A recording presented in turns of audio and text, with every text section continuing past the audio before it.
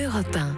Il est 8h34, Maxime Switek. La revue de presse, bonjour Marion Lagardère. Bonjour Maxime, bonjour Julie, bonjour à tous. Avec d'abord ces mots, les mots des parents d'Alexia Daval. Nous n'avons pas de haine. Interview exclusive publiée dans l'Est républicain. 4 mois après le meurtre de leur fille et 1 mois après l'arrestation de leur gendre, Isabelle et Jean-Pierre Fouillot ont décidé de rompre le silence. On le fait pour Alexia, explique sa mère, pour démentir les horreurs qui ont été dites. On ne veut pas qu'elle soit traînée dans la boue, ajoute le père, qu'elle soit salie. Alexia était une fille épatante, souriante, joyeuse, sûrement pas autoritaire et encore moins violente. Et ce qui les fait réagir, eh bien, ce sont les mots de l'avocat de Jonathan Daval, décrivant son client comme un homme écrasé par son épouse. Des propos aberrants, disent-ils, aberrants comme ses aveux. Pour nous, c'était impossible. Alors quand on a su, ça a été un choc, un tsunami, un second drame. Nous avions perdu notre fille, nous perdions notre gendre. Ressentez-vous de la haine ? Leur demande le journaliste. Absolument pas, répond la mère. La haine, nous en sommes incapables. Et puis, de quoi on se vengerait, ajoute le père. Il doit suffisamment souffrir comme ça, pas la peine d'en rajouter. Jean-Pierre Fouillot, qui ne craint pas la confrontation avec Jonathan Daval. Au contraire, dit-il, j'aimerais lui demander s'il l'aimait vraiment. Et puis, pourquoi ce gâchis pour elle, pour lui, pour nous tous? Sur la porte de leur bar PMU, note le journaliste, il y a ce petit écriteau. Votre silence est le plus beau des hommages. Merci de respecter notre sérénité. Voilà, une interview sans haine, donc à retrouver dans l'Est républicain. Dans la presse également ce matin, le titre majeur incontournable, c'est encore la neige. Et oui, comme prévu hier, beaucoup de unes s'insurgent. Sommes-nous condamnés à galérer, demande la Provence. En a-t-on bientôt fini avec le froid, ajoute le Télégramme. Le Bien public et la Charente libre reprennent le mot de galère. La Nouvelle République, le Dauphiné et Midi libre parlent de pagaille. L'Indépendant d'un chaos total. Et Nice Matin du jour d'après. Et oui, comme le titre du film Catastrophe. Sinon, neige mise à part, on a aussi l'Opinion qui fustige la ville de Paris qui est en déroute à cause de l'échec du déploiement des nouveaux Vélib. Le Figaro fait plus global et dénonce le fiasco Hidalgo. Libération de son côté s'inquiète de l'arrivée de l'arbitrage vidéo dans le foot et s'interroge sur la mort de l'arbitre pendant que l'équipe pleure la cheville de Neymar avec ce titre. Au revoir Paris. Bref, si on regarde la France à travers la presse, il fait froid, la neige c'est galère, Paris c'est sale et embouteillé et le foot c'est plus que c'était. Alors on râle, on se désole et puis on regarde du côté de l'Italie et là c'est l'inquiétude, la vraie, qui domine. Ouais, parce que les élections législatives auront lieu dimanche et on est à 2 jours du scrutin et les Italiens sont déboussolés. Oui, déboussolés, c'est le titre en une de la Croix qui parle d'un pays qui tourne mal. Le contexte est morose, écrit le journal, dans une campagne électorale marquée par l'euroscepticisme et le refus des migrants. Dans Ouest France, Laurent Marchand pointe la montée des forces populistes, sans compter, note l'Opinion, les promesses de campagne intenables car mirobolantes, 1000 milliards d'euros cumulés.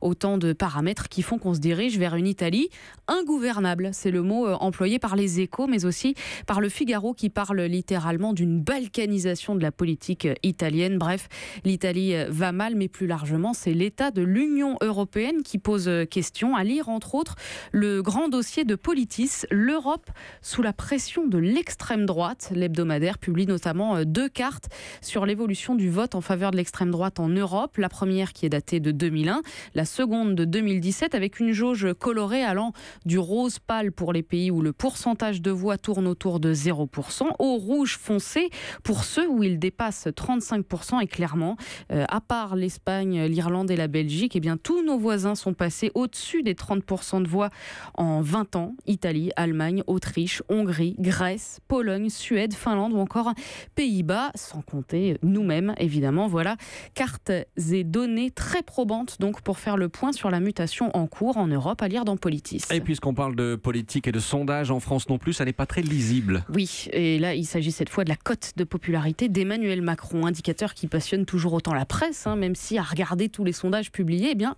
on est en droit de se demander ce que ça vaut. Par exemple, le baromètre Kantar-Sofres publié dans le Figaro Magazine qui titre « Macron, une érosion inquiétante, le chef de l'État perd 1 point en 1 mois, passant de 44% de confiance à 43%. Très bien, sauf que j'ouvre les Échos et là, page 2, sondage, Macron gagne 3 points à 41% dans notre baromètre Elab les Échos. Alors on ne sait plus, d'autant que Libération nous dit, d'après notre étude via Voice, Macron dévisse et perd 5 points en 3 mois. Pire, il en perd 11 dans le baromètre de l'Institut YouGov pour le Huffington Post. Il n'est plus qu'à 30% d'opinion favorable, écrit le journaliste Geoffroy Clavel, dont les qualificatifs d'ailleurs empirent à mesure qu'on avance dans le papier. Effondrement, dégringolade et finalement Bérésina. Alors -1, +3, -5, -11, ça fait plutôt des moins, Maxime, mais est-ce bien fiable? Peu importe, répond en creux Bruno Dive dans l'édito de Sud-Ouest. Ce qui compte, c'est le ressenti, dit-il. Or, aujourd'hui, entre les impôts et le pouvoir d'achat, eh bien, le ressenti pour nos gouvernants est glacial. Voilà, puisqu'on juge maintenant au ressenti, eh bien, vous avez tous les indices pour trouver le journal qui correspond au vôtre.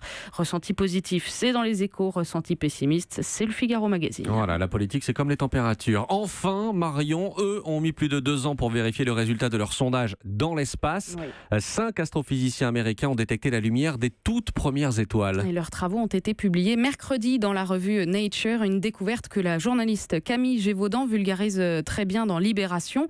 Dans ses premiers instants, juste après le Big Bang, dit-elle, l'univers formait un plasma, une sorte de soupe très chaude de particules et d'énergie. Puis, cette soupe s'est refroidie, la matière a commencé à s'agréger, les particules élémentaires se sont liées entre elles, elles ont formé des atomes qui eux-mêmes ont fusionné, créant de l'hélium. Et ainsi, 180 millions d'années après le Big Bang, sont nées les premières étoiles. Voilà, c'est leur lumière que les scientifiques ont captée, ou plutôt qu'ils ont entendue, puisque c'est ce qui a été enregistré, vérifié et revérifié. C'est la vibration que cette lumière a créée dans l'espace, une découverte qui fait figure d'avancée majeure dans notre compréhension des premiers instants de l'univers, écrit Libération. Le Big Bang, la danse des protons et des neutrons, il y a 13 milliards et demi d'années, la lueur des premières étoiles, c'est quand même autrement plus vertigineux que la valse des sondages d'opinion, mais enfin, ce n'est que mon ressenti. Merci, c'était la revue de presse de Marion Lagardère. Merci Marion, à lundi. À lundi, bien sûr. Europe 1.